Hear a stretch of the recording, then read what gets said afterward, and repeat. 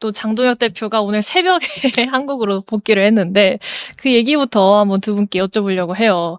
본격적으로 바로 시작을 해보겠습니다. 일단 장동혁 대표가 정당 사상 처음으로 이 선거를 앞두고 약 열흘간 미국 일정을 떠났다가 오늘 새벽 4시쯤에 귀국을 했는데요. 당초 이 17일에 귀국 계획이었는데 막판에 미국의 국무부 고위 인사로부터 뭐 면담 제안을 받고 일정을 늘렸다고 했죠. 일단 오늘 뭐 기자회견을 하면서 어떤 내용을 주로 다뤘는지 장 대표가 직접 밝히긴 했는데 두 분께 이 평가부터 한번 여쭤보고 싶습니다. 먼저 김주영 최고 이 미국 일정 좀 어떻게 보셨는지. 너무 미스테리한 일들의 연속이었잖아요. 예. 원래 2박 4일로 가겠다라고 하는 것도 갑자기 왜 가지? 어떻게 이런 그 당대표의 일정이 무슨 고무줄도 아니고, 그리고 도대체 미국에 어디서 초청했냐? 네. 그랬더니 미국 측이래요. 미국 측이라는 건 없는 거거든요. 백악관이면 백악관, 국무부면 국무부, 국방부가 됐든 아니면 어떤 단체가 됐든. 근데 그런 게 없어요. 왕복 무슨 지금 알려진 것은 아마 퍼스트 클래스를 타고 다니신 것 같은데 거기에 또 숙박료, 체재비 뭐 이래서 5명인가 뭐 이런 분들이 왔다 갔다 하셨으니까 뭐 예. 적지 않은 돈이 들었을 거예요. 아마 그렇죠. 예상만 해도 몇 억은 들었을 것 같습니다. 그 퍼스트 클래스의 그 비행기 쌍만 해도 몇 천만 원일 텐데. 네. 그런 느낌이 드는데 도대체 뭘 하고 온 건지를 잘 모르겠어요. 예. 근데 지금 얘기하시는 건 지방선거를 앞두고 내가 굉장히 중요한 일을 하러 갔다 왔다. 이렇게 얘기하시는 거잖아요. 그래서 가서 그럼 뭘 했는데 그건 얘기해 줄 수가 없다. 이거 아닙니까? 예. 지방선거에 도움이 되는 것을 하러 갔었는데 그 가서 돌아온 사람들 이제 갔다 온 오매불만 기다리다가 아니 어떤 게 있는데 뭐가 있는데 그러니까 나는 그건 밝힐 수가 없어. 예. 너무나 비상식적인 얘기잖아요. 트럼프를 만나고 와도 사실 우리 내부에서 저게 선거에 도움이 될까? 이런 생각이 들어요. 예. 벤스를 만나고 와도 그냥 본인은 어떻게 얘기할지 모르지만 전체적으로 지방선거에서 도움이 되는 건 없어요. 예. 제가 보기에는 플러스가 있겠지만 마이너스도 더 커. 그러니까 그 아무 의미가 없는 거예요. 근데 이 금쪽 같은 황금 같은 시간을 열흘을 미국에 가서 쉽게 가면 허송세월한 거지 않습니까? 아니 이거를 도대체가 용납을 해야 돼요, 이거를? 그리고 돌아와서 지금 하는 거 보세요. 돌아오자마자 진종호 의원 무슨 징계하겠다고. 당무감사라고 하죠. 예. 가서 무슨 선거에서 어떻게 이길 것인가에 대한 어떤 그런 보따리를 내놓는 게 아니라 그리고 무슨 깜짝 놀랄 발표라도 있는 줄 알았어요. 11시에 그 당무감사 그 최고위원 한 다음에 기자회견 하겠다 해서 뭔가 설마 벼룩도 낯짝이 있다는 얘기가 있는데 설마 그렇게 열흘씩이나 이 중차대한 시기에 가서 예. 뭔가 있겠지라고 하면서 저도 열심히 봤다니까요. 난 진짜 깜짝 놀랐어. 어떻게 이렇게 맹탕일 수가 있어요. 예. 그리고 어떻게 그렇게 당당하고 뻔뻔할 수가 있어요. 김재규 최고 말씀하신 거 이어서 저희 좀 한동훈 전 대표 좀 얘기로 이어가려고 하는데 이 장동혁 대표가 미국에 간 사이에 말씀하신 것처럼 진종호 의원은 이제 부산에 거처를 구하고 있다. 한동훈을 돕겠다 이렇게 메시지도 냈고 또 곽규태 이 공관위의 이제 한 위원인데 방송에서 대놓고 한동훈 복당이 필요하다 이런 주장도 했어요. 근데 장 대표가 돌아오자마자 오늘 나온 보도에 따르면 이 진종호 의원은 좀 당무감사까지 검토를 할 수도 있다. 뭐 해당 행위 이런 얘기도 좀 나오는 것 같은데 현재 좀 당 분위기를 저희가 어떻게 해석하면 될지. 당 분위기는 뭐 무정부 상태죠, 뭐. 예. 뭐 지난번에도 제가 오래전부터 당이 점점 무정부 상태로 가고 있다 그런 말씀을 드렸잖아요. 네. 그 권위라는 게 다 무너져 버렸잖아요. 장동혁 대표에 대해서 당 대표로서의 권위를 인정하는 사람이 거의 없습니다. 네. 제가 알기엔 그래요. 보세요, 지금 그 서울시장 뭐라 그러세요? 아, 오지 마라. 180도 바뀌기 전에 오지 마라. 네. 그럼 부산의 박형준 시장도 비슷한 얘기를 하고 있고, 그 다음에 인천의 유정복 시장은 이미 일찌감치 그런 얘기를 했고, 그렇죠. 그 다음에 강원도의 그 김진태 후보도 비슷한 얘기 하고 있는 거 아니에요. 그 심지어는 유영하 의원, 대구의 유영하 의원도 되면 나는 내가 혼자 선거 치를래. 네. 내가 시장 되면 이런 얘기하고 있습니다. 그렇죠. 아니, 지금 오라는 데가 아무 데도 없어요. 그 당 대표에 대해서 그렇다고는 거예요. 예. 그러니까 이럴 정도로 권위가 지금 완전히 바닥에 떨어진 거 아닙니까? 그러니까 이분이 지금 가지고 있는 건 권위는 없고 권력밖에 없어요. 권력은 제도가 만들어준 권력, 네. 당대표라는 제도의 권력, 이것만 갖고 있는 거거든요. 그 제도가 만들어진 권력만 있고 권위가 없는 사람을 뭐라고 그러냐면 독재자라고 그래요, 우리가. 예. 예? 독재자들이 그렇잖아요. 독재자를 존경하는 사람은 없어요.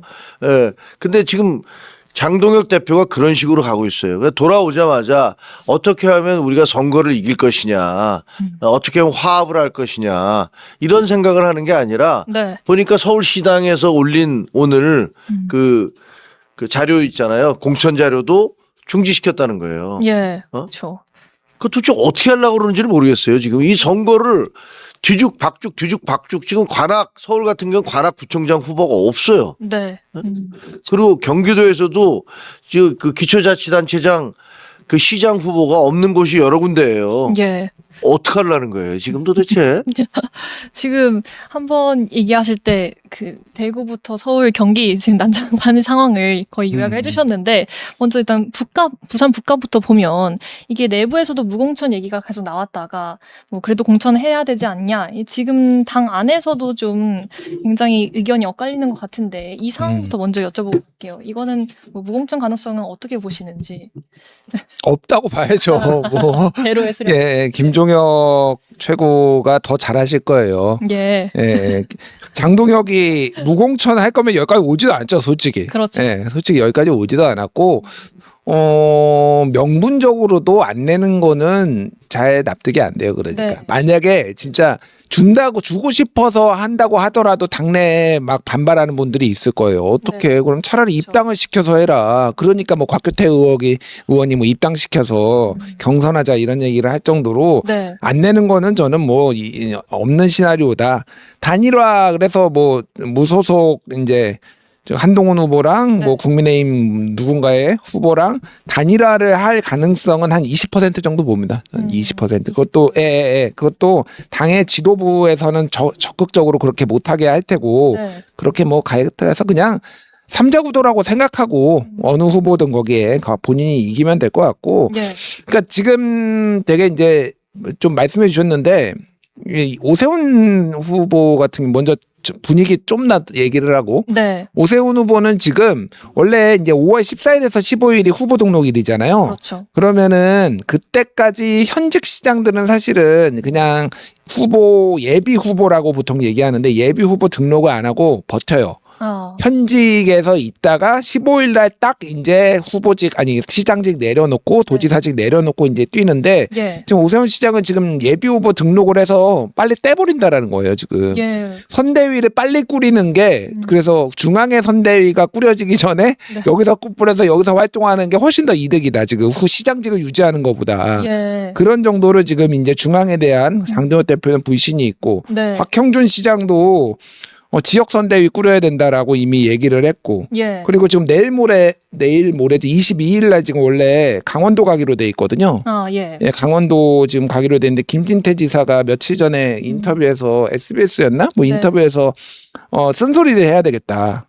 뭐 이런 얘기를 이미 한 적이 있어요. 그러니까. 예. 그러니까 지금 장동혁 대표 체제로는 좀 하기 힘들다라는 게 단순히 중도 확장성의 문제가 아니라 보수 진영 내에서도 진짜 많이 갈린 것 같아요. 그러니까 예. 그런. 꼴 보기 싫다. 보수 진영 내에서도. 그래서 장동혁 대표는 진짜 할 수 있는 게 별로 없구나. 근데 책임은 질까? 계속 이제 의구심은 계속 드는 거는 선거 결과에 책임은 질까? 그 생각은 많이 들어요. 예. 근데 이게 선거 결과는 제가 이제 좀 들은 얘기는 네.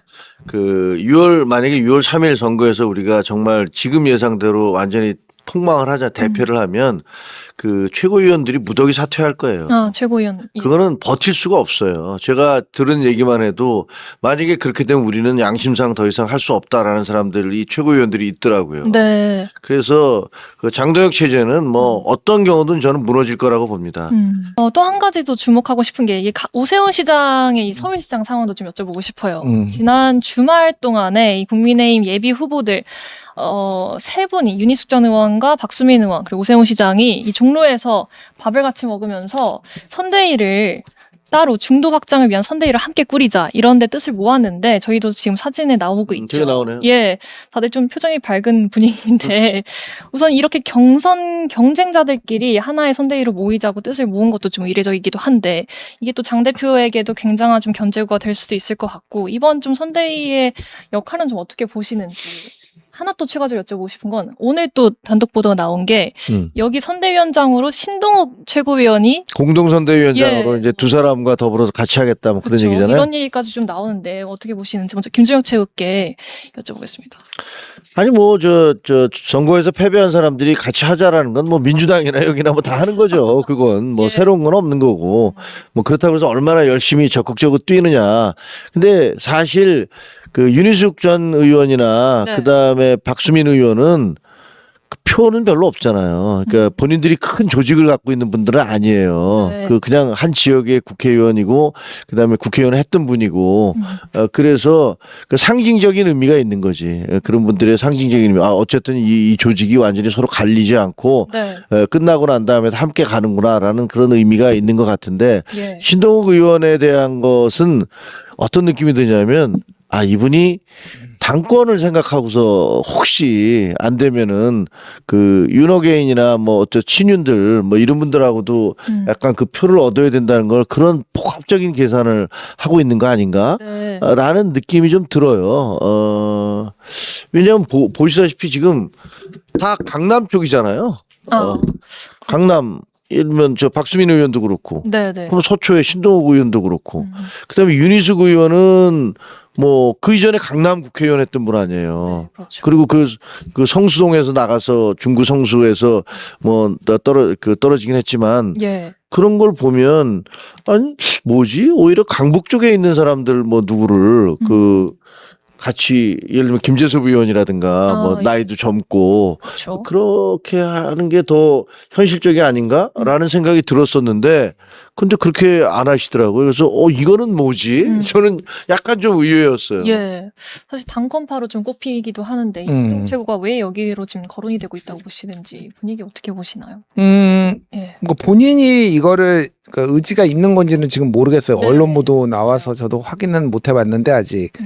만약에 이거를 이제 공동선대위원장에 들어가면은 소위 말하는 당권파에 이제 균열이 생기기 시작했다라고 봐야죠. 그 균열이라는 게 뭐냐면은 쉽게 얘기하면은 신동욱 최고도 당권파기는 하지만은 약간의 이견이 있었어요. 그러니까 예. 이제 서울시장 후보로 이제 거론이 되고 본인이 했을 때 노선 전환을 장동혁 대표한테 요구했다. 이대로는 안 된다라는 나가는 조건으로 약간 이런 것들이 얘기가 있어요. 네. 그래서 이제 완전히 극우 강성이라기보다는 그냥 좀 체제 안정적인 그런 거를 택했는데 지금 장동혁의 미래가 불투명하다라고 이제 뭐 장동혁 개도 아니에요 사실은. 그리고 뭐 장동혁 개는 네. 이제 김민수나 뭐 그렇죠. 박민영, 장해찬 이쪽이 이제 장동혁 개라고 보는 거지. 네. 당권파에 균열이 가기 시작했다라고 보는 게 맞을 것 같고 뭐 나머지 박수민 의원이나 윤희숙 전 의원은 사실 예. 이게 내부 경선이 이제 치열하면은 이게 흥행은 되는데 약간 앙금이 남아요. 예. 예. 그리고 내부 경선이 해보나 마나면은 재미는 없는데 잘 뭉쳐요. 이게 딱 그 후자 얘기거든요. 솔직히 제가 이제 윤희숙 전 의원이나 박수민 의원 최근에 다 인터뷰도 했어요. 제가 진행하는 방송에서. 네. 예. 굉장히 다 밝으시더라고요. 표정이. 크게 욕심이 없는 죄송한 말이죠. 크게 욕심이 이길 수는 있나요? 제가 이렇게 좀 물어봤는데 크게 욕심은 없으시다. 근데 본인의 어떤 서울에 대한 어떤 아젠다들 이런 것들을 같이 만들어 가겠다라는 거라서 뭐 어마어마하게 그분들이 선대위원장 한다고 뭐 표가 뭐 엄청 더 들어오지는 않겠지만은 뭐 나쁠 건 없죠. 네. 근데 이제 신동욱 의원이 들어오는 거는 만약에 공동선대위원장이 좀 다르다. 어쨌든 이거는 이 보수 전체의 지형에 지금 균열이 생기기 시작했다라고 예. 보는 게 맞을 것 같아요. 네. 좀 경기도 상황도 한번 여쭤보고 싶은데요. 이번에 이제 민주당에서는 추미애 의원이 아예 후보로 확정이 됐고 반면에 국민의힘은 아직도 후보가 지금 정해지지 않은 상황에서 뭐 일각에서는 개혁신당이 지금 경기지사 후보로 조응천 전 의원 출마를 지금 준비하고 있다 이런 보도도 나온 상황인데 뭐 김주영 최고도 경기지사 출마 뭐 누가 장난삼아 그렇게 얘기를 그런 했죠. 얘기도 돌긴 했고. 저한테 뭐저 후배 당협위원장들이 예. 형 나가 안 되겠어 뭐 이런 얘기해서 내가 예. 그래 그럼 밀어줄 거야라고 했더니 이제 진짜로 그게 막 돌고 돌아서 예. 그런 얘기들이 있었는데 네.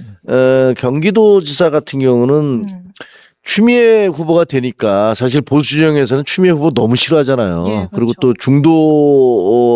중도적인 유권자들한테도 인기가 높지 않은 건 사실이에요. 네. 그러니까 해볼 만한 거 아니야? 뭐 이런 얘기가 나오고 있는데 투나땡 이런 예. 그런데 지금 이제 후보들 면면으로 보면 사실 굉장히 좀 어렵죠. 예. 어려워서 글쎄 이렇게 되면 그냥 양양자 후보가 제일 좀 그나마 유력하지 않을까 예. 이런 생각이 들어요. 그래서 이제 대비도 되고 두 사람의 그 대비도 되고 근데 참 웃긴 게 그 양양자 후보는 호남분이잖아요. 예. 근데 국민의힘 후보가 될 가능성이 있고 그다음에 그 저 추미애 후보는 영남분이잖아요. 경북분이잖아요. 근데 지금 민주당 후보가 됐어요. 그래서 아 이게 참 특이하긴 하구나 네. 라는 생각이 드는데 시간을 질질 끌면서 우리는 한 달 이상 끌었잖아요. 그러니까 양양자 후보가 이게 공천이냐 이게 엽기지라고 얘기한 말이 그 저는 일리가 있다고 생각해요. 멀쩡한 후보 놔두고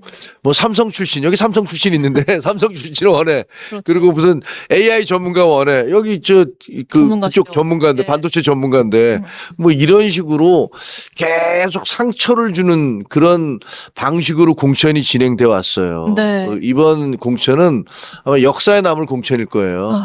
이렇게 자기 후보들을 상처 주는 그런 공천은 역대 없었던 것 같거든요. 네. 그렇게 해놓고서 왜냐면 오세훈 시장한테도 얼마나 상처를 줬습니까? 그랬죠. 박형준 시장도 마찬가지고 다 나가라 현역들 이렇게 얘기한 게 이정현 그 공관위원장이었잖아요. 네. 현역들은 다 나가라. 근데 모두가 현역이 지금 공천을 받았어요.